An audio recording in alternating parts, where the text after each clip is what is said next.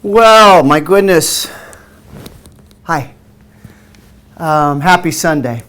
And man, what a year. I want to start off by saying, wishing you and your family happy holidays. This is going to be my last newsletter until the first of the year. We're about to shut our school down, go on holiday break, and where I'm headed to is going to be off the grid, and it's just, I'm going to check out a little bit. So I'll be back actually December 29th, and it's an annual one. If you're new to the newsletter, every year at New Year's, I offer up something that has proved to be very popular and very impactful. And it's a better New Year's resolution, a process that I've found to be highly effective. And the feedback over the years has also been extremely positive. So be on the lookout for that. That'll be December 29th as a Sunday. So that's the next time I'll see you, okay? And I want to thank you as well for hanging in there during this glitch period when I corrupted the whole mailing list, lost everybody. I'm sure there's people that unfortunately fell away that aren't a part of it now, and that's a bummer, but I'm glad you're still on board. And again, if you don't want to receive these, obviously just hit unsubscribe and we will remove you. But for those of you that would like to move forward together, thank you. And as promised, today is one of the most personal ones I've ever shared, if not the most. Where to start? About 3 weeks ago, Leonardo DiCaprio was with Greta, I can never pronounce her name well, the amazing kid from Sweden, the activist on climate change. And it was a picture of the two of them on Leo's Instagram. I'm not on Instagram, but I saw it. And it was a picture of him sitting next to her, and what he wrote was beautiful. He basically said, look, man, I'm with this badass, this visionary, this beautiful leader of our future, not only for her generation, but for all of our generations. And I'm dedicated to partnering with her on the topic of climate change so that her generation actually has a future worth living, in a planet worth living. Now look, so if you don't think climate change is real and you don't think it's a real issue, please hang in here, because there's still a point to be made that I'd like to share. It goes well beyond climate change. It's a point for all of us dreamers, and the biggest mistake that I've ever made in my career. That's what I'm going to share with you today, the biggest mistake of my career. When I saw that picture, it really rocked me. Here's why. About 5 years ago,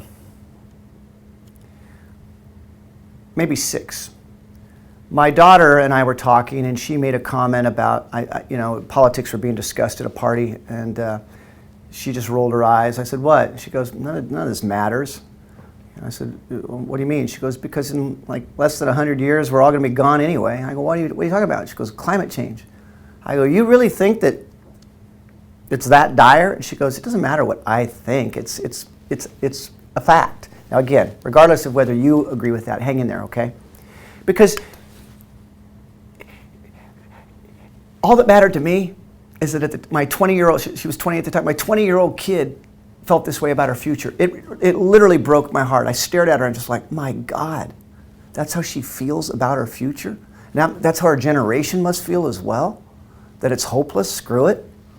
We're all we're on a collision course to inevitable. And I'm going to share, I'll share a bunch of stuff with you, but basically that was the catalyst for me to create something. I then wrote a screenplay. I spent the next several months working on something. I collaborated with my incredibly talented partner, John Labrie, and together we wrote a script. And the script was called Talk Is Cheap. And it's the story of a kid who, she's the daughter of the most iconic radio talk show host in America, who early in the film at the dinner table, her father, me, I wrote the role for for me, but my kid's going to play the part too. But anyway, that's not the point. The point is that she basically rips into me and accuses me of just, grandstanding for ratings every day. I'm an arsonist, she says. All you do is fan the flames of a topic just to get people incited and ratings jacked up so you get paid more, so the sponsors. It's just a money grab, and you're the arsonist at the top of this thing. You just start fires, fan the flames, walk away, and there it is. You do nothing about anything that matters. I go, really, what matters? And she basically says, climate change, the most important topic. You have done one show in the last year, one show on it. I said, no one wants to hear about it. She goes, it doesn't matter. And it's this debate back and forth. And finally I go, I've done this, I've done that. And I challenge her, I go, what are you going to do about it? What are you going to do about it? She goes, I know this. I can do more by not talking than you'll ever accomplish by all the talking you do on the radio. And in this moment, this kid the next day, through a series of events, posts a video post of her just basically saying, look, this is what I'm going to do. I'm not going to say another word. I'm not talking until the United States joins other nations and reaches these levels of commitment in terms of pollutants into the atmosphere and CO2 standards and levels, etc. I won't bore you with the details, but it's all in the script, which I'm going to share. I'm going to attach the script as well, if you'd like to read it. And so she posts this video, and that video starts to go viral, just as videos can anyway. But on this case, it's because here's the daughter of the most iconic radio talk show host in America, basically saying she's not talking in an act of civil disobedience and an FU to her father. She's not talking. And here's why. And that gets picked up by the media. I talk about it on the radio. That fans the flames even more. And before you know it, it's on. And within days, hundreds of thousands of children throughout the world stop talking. And within less than a week, now millions. And by a week and a half, it's a revolution. This Rosa Parks moment, this innocent act of civil disobedience literally changes the world, at least in this film. My utopian world that I was trying to create. And when I wrote this film, I was not only trying to write a wonderful film that would inspire kids. I literally was trying to get kids the whole point of the film is how powerful, the power of one person and what happens when a bunch of one people come together, what can happen. And united, oh my God, right? And so that was the idea, the story of this kid who starts a revolution innocently just because she had stood up and said, I'm mad as hell and I'm not taking it anymore. I'm going to do something about it. Okay. So then I create the film, I create the budget, I hire. We share it with a friend of ours, especially of John's. This is the producer of Lord of the Rings, The Matrix, all the way back to The Big Chill, Cotton Club. I mean, his career is ridiculous. His name is Barry Osborne. Barry Osborne's the Academy Award-winning director of all these great films, right? And I'm going to share a link with you in here as well, if I can find it. I think I can, of Barry's reaction to reading our script. Because here's what happened. We shared it with him just to get some notes. I didn't even expect to hear from him for weeks. 2 days later, he calls me personally. I'm not really tight with him. He's tight with John. And he goes, Jimmy? I said, yeah, I didn't know who. He goes, this is Barry Osborne. This is like one of those moments where I'm like, going, who is this really, right? But I didn't say that. And he goes, hey, I just read your script. It's incredible. I absolutely love it. I want to do this film. I'm like, okay, that's incredible. I'm excited. I mean, he couldn't. The things he said, and in the video, if I can't find it, at least I can share with you now. He says, every once in a while, a film comes along that defines a generation. For my generation, it was the film Easy Rider. I believe that Talk is Cheap is the film for this new generation. I believe it has the potential to be that impactful and that significant and that important, basically, something like that. And that's what he communicated to me. And to say the least, I was over the moon excited about this. Then Barry got taken back down to New Zealand, where he's produced all these films, and he went back down to do a bunch of other films down there. So as much as he was on board, he says, look, I'm got to go down and deal with this stuff. Well, he hasn't basically been back since. And so he said, whatever I can do to support you, I will, but it's going to be from afar. So you're going to have to raise the funds on your own. I'm like, okay, $1.5 million, I can do that. And I started at the time, the Kickstarter craze was a big deal, so I decided to create a Kickstarter campaign. And I was doing the usual deal. You give $10, you get this. $100, you get this. $500, $1,000, 25. The typical tiering of that. And I was creating it and following the template and doing what people do. And all of a sudden, I had this moment. And honestly, I thought it was genius, and I don't take credit for it. It's one of those moments where it came to me out of nowhere. Einstein once said, ideas are in the air. I've learned just how to tap into them. I'm not comparing myself to Einstein. I'm just comparing myself to understanding what it's like to have a moment just fly into your brain. That's what happened. And the moment was this. I was like, oh my God, do a Kickstarter campaign around the essence of the film. The film's all about the power of one person to make a difference, and what happens when a bunch of ones come together. They can change the world. So here's the Kickstarter campaign. You can only donate $1. That's it. And by donating $1, you get executive producer credit along with Academy Award winning producer Barry Osborne. But you can only donate $1, but you have to find one other person to donate $1 as well. There it is. And that domino effect, even though I only need 1.5, I was positive we were going to raise millions for this project. I've never been clearer about anything in my life, in my career, about an idea.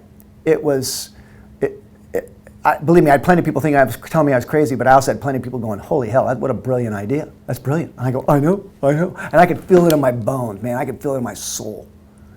So we hired one of the top publicists in Hollywood to help promote it. When the launch date came, and I'll share the link to the Kickstarter campaign in this as well. Check it out. Because I wanted to raise 1.5 or 1.2 million. Okay. When it opened, we were trending #1 on Kickstarter. We were or top 10 or something like that. But we were like featured, blowing up. We were on Entertainment Tonight, Access Hollywood. The publicists did their job, got us placed in a lot of trades. And here's this novel idea and da-da-da. All I was trying to do was get to Leo. Just do one tweet, one Instagram, just one thing, and it would blow up. We'd be over our amount, right? So I was positive this was going to happen. 30 days later, I raised I think it was 22, it might be $27,000. It was an unmitigated disaster. I have never in my career been more positive about something, swung harder for the fences, and struck out worse or more or whatever than I did in this experience. I mean, people that know me well said I aged several years. No exaggeration. Again, I'll try to dig up a photo here, see if I can find all this stuff to share with you. I worked, 80, 90-hour weeks for 7-8 months getting ready for everything in place to launch this campaign. I spent a lot of money. Probably well over $50,000, maybe closer to $70,000 on the Kickstarter campaign. All of my own money. No problem. Positive it was going to be a success. When it failed, I was so bummed, devastated. I guess it's pretty accurate, maybe that too. I was angry at, you call it whatever you want, God, the universe, whatever, because I believe I felt like I just had been duped. I felt like something spoke to me, something told me that not only about the Kickstarter campaign, the whole idea. And here Barry Osborne comes along and all excited and takes off. Here, this Kickstarter idea. And anyway, when it was all said and done, I felt like I had just crashed the plane in the side of the hill and crawled out of the wreckage and lay there just bloodied. Between the time, energy, effort, money, but most of all the sweat equity, the heart equity. I was crushed by this defeat. Okay, so now I'm getting to the biggest mistake. That was 5 years ago. I talk a lot about resiliency because I've been so incredibly resilient in my career. I can take a punch. I can. Stuff goes sideways. I take it, I figure out my part in it, what I did well, what I didn't do well, and I'm better because of it, and I go again. I just keep going. This is the one time in my career when I look back now where I didn't. See, that was 5 years ago. And when Greta, a couple years ago when she started like making her voice louder. I remember the first time I saw it, I'm going, oh my God. And ready for this? I'm actually almost bummed, right? Here she's doing these great things. I'm bummed because I feel like it's going to wreck our film. Because here's this one kid starting a revolution amongst young kids around the world, empowering young kids to do this, do that, and it's starting to go. And I'm starting to get bummed because I feel like it's going to ruin my film. Yeah. Didn't take my daughter and a few others close to me to go, this is a good thing. And I'm like, yeah. Now, I don't know what I thought a couple years ago when she first burst on the scene. I think maybe that it wouldn't cross over as much, that it wouldn't bleed into, because, okay, here, let me. You see, I live in the Bay Area. There's so many wealthy people in the Bay Area with the tech industry who do believe climate change is a real issue. And I would search them out, I would look for them, but I didn't go after this with the resolve and tenacity. I just got so knocked down by this Kickstarter campaign. It was like a jilted lover. It's like I just didn't even want to go near it. And that's fine for a while. That's fine for a while, but at some point, dust yourself off, get back on the horse and go, which is what I do. And I didn't. I kind of, sort of did. I would pull an article about Mark Benioff is a very successful man in San Francisco, Salesforce, and he's philanthropic and he believes in these things. Tom Steyer, who's running for president right now, he believes in these things. He lives close by in the city, in San Francisco. So I'd find these people. I'd try to get to them, but not for what it takes. You think it's easy to just get through these people? I know what you got to do. I know what to do. I know what and what I should have been doing on a daily basis. Forget the big fish like those guys. There's so many people here in the Bay Area that if I had been more healthy, resilient, consistent, but most of all, healthy and resilient. Because now, when I saw that photo, I turned to my kid and I go, damn, it's over. The film's over. How in the hell can we make a film about one kid starting a revolution about climate change? It's just going to seem like we're coattailing on her, like we somehow, right? I mean, yeah. So in that moment, I had to lay to rest. When I saw that picture and read that quote, the reality of it all hit me. I was like, shit, man, that film's done. That film's done. And all of that, why did all that happen? Well, ready? All that happened because it was a wonderful idea. It was. The script is wonderful. Not just Barry Osborne thinks that. It's a really wonderful script with a wonderful message. And my goal was literally to start a revolution. I wanted 15-year-old kids at whatever age around the world to watch the film and go, yeah, let's do this. And literally start a revolution. I wanted this art to imitate life, or life to imitate art. The reverse on this one, right? It was all those things. That wasn't the problem. The problem was me. The problem was me. I didn't do what you need to do, which is, Barry Osborne once said to me early on in this, he says it takes guts to make movies. It takes guts. And what he meant was to see them through. That's what he meant. All the no's and the bullshit and the stuff and the bureaucracy and the politics and the studio and the stars and he's dealing at a whole nother level, but trust me, it's all relative. I'm the producer, director, writer, a star of a film, and I've got to also raise the money as well. And I didn't do it. And I should have. I could have. And I didn't. And as I sat with it and tried to understand why, because that is not like me, why did I do that or not do that?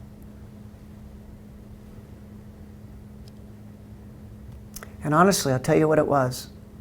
It was, I was just so massively disappointed at going after something with such conviction and such clarity and such knowing and have it not work out. I think hopefully maybe you can relate, you know.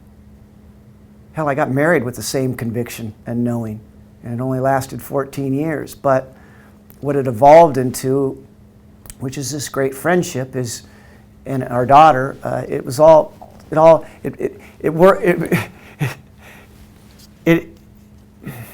did work out beautifully. But for me, this was different, and it was all on me. So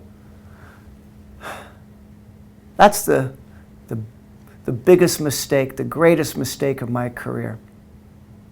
And I will learn from it. And I'm sharing this with you in hopes that maybe you can relate somehow and not make the same mistake, that it's not too late to salvage this project, that project, this film, this opportunity.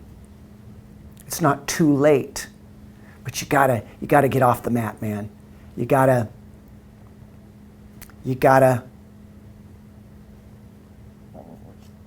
regroup, get healthier. Yeah, even as I'm saying these things, I'm just shaking my head because it's just like, damn, that's just not me. But I did it, and I always talk about how I don't really have a life of regrets. I've led a very courageous, purposeful, intention-filled life. I have, especially from age 25 on. But anyway, so I share this with you in hopes that it inspires you to take a look at where it might even be your marriage. It might be a relationship, something you're about to quit on or have quit on, but haven't really officially waved the flag. You know, you're just not doing it. You're not investing. You know, you're stuck in this long goodbye because you're not willing to either get in or get out, or a job or whatever it is.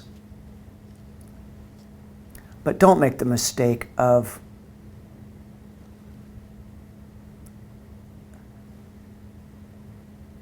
not doing it because you're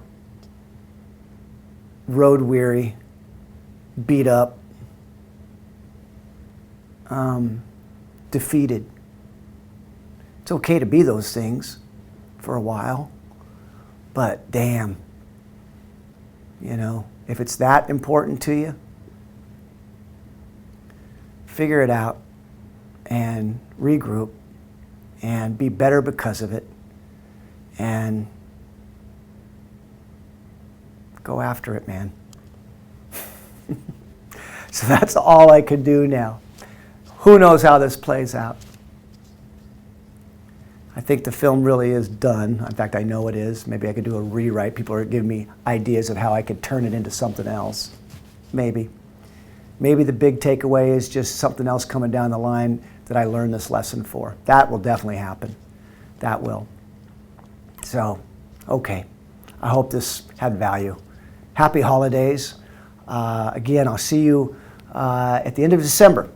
Be on the lookout for this one. It'll be a video one because it needs to be. But it'll set the course for the new year. And I do believe a wonderful gift. I do. At least it has, that's the feedback over the years. So I'll see you then, okay? All right.